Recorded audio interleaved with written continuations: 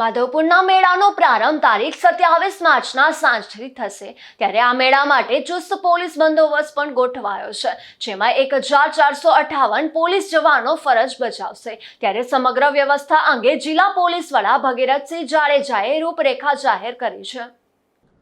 આવતીકાલે 27 તારીખથી લઈ અને 31 તારીખ સુધી માધવપુર ખાતે પરંપરાગત માધવપુરનો મેળાનું આયોજન કરવામાં આવેલું છે। આપણે સૌ જાણીએ છીએ કે ભગવાન શ્રી કૃષ્ણ અને રૂકમણીના વિવાહ માધવપુર મુકામે થયેલા અને ત્યારથી આ પરંપરાગત મેળો વર્ષોથી અહીંયા ઉજવાય છે।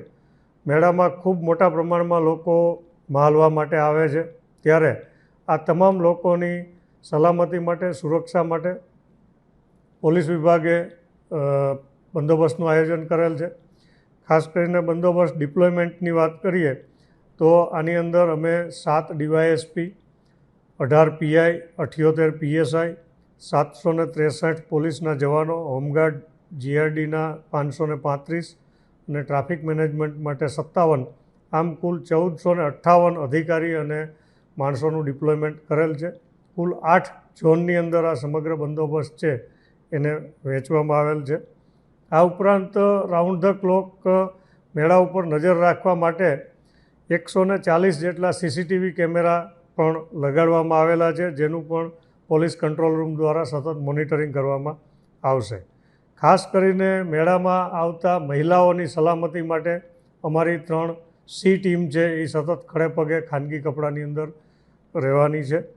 આ ઉપરાંત પીક પોકેટિંગ કે અન્ય આવારા તત્વો ઉપર નજર રાખવા માટે અમારી 3 સર્વેલન્સની ટીમો પણ સતત મેળાની અંદર હાજર રહેશે।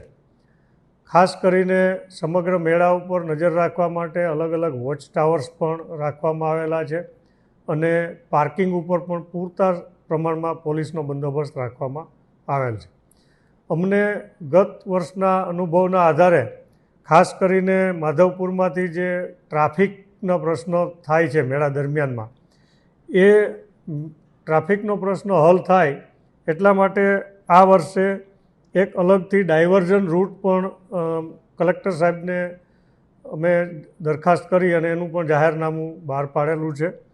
તો આપના માધ્યમથી અમે લોકોને એ પણ જણાવવા માગીએ છીએ કે જે લોકો માધવપુર જવા ન માગતા હોય અને પોરબંદરથી જેને સોમનાથ અથવા સોમનાથથી પોરબંદર આવવું હોય અને માધવપુરમાં ન જવું હોય મેળામાં, એ લોકો માટેનો એક સ્પેશિયલ ડાયવર્ઝન રૂટ પણ આ વર્ષે નક્કી કરવામાં આવેલો છે અને એના ઉપર પણ અલગથી પોલીસનું બંદોબસ્ત છે એમને રાખેલો છે।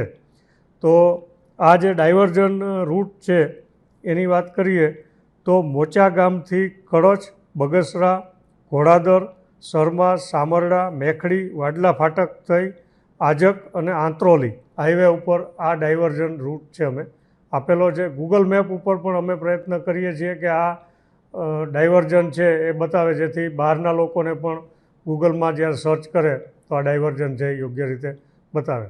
આમ સમગ્ર પોલીસ વિભાગ દ્વારા 5 દિવસના મેળા દરમિયાનમાં લોકો શાંતિથી મેળો માણી શકે અને કોઈપણ જાતનો અનિચ્છનીય બનાવ ન બને એના માટે પૂરતો પોલીસ બંદોબસ્ત રાખવામાં આવેલો છે।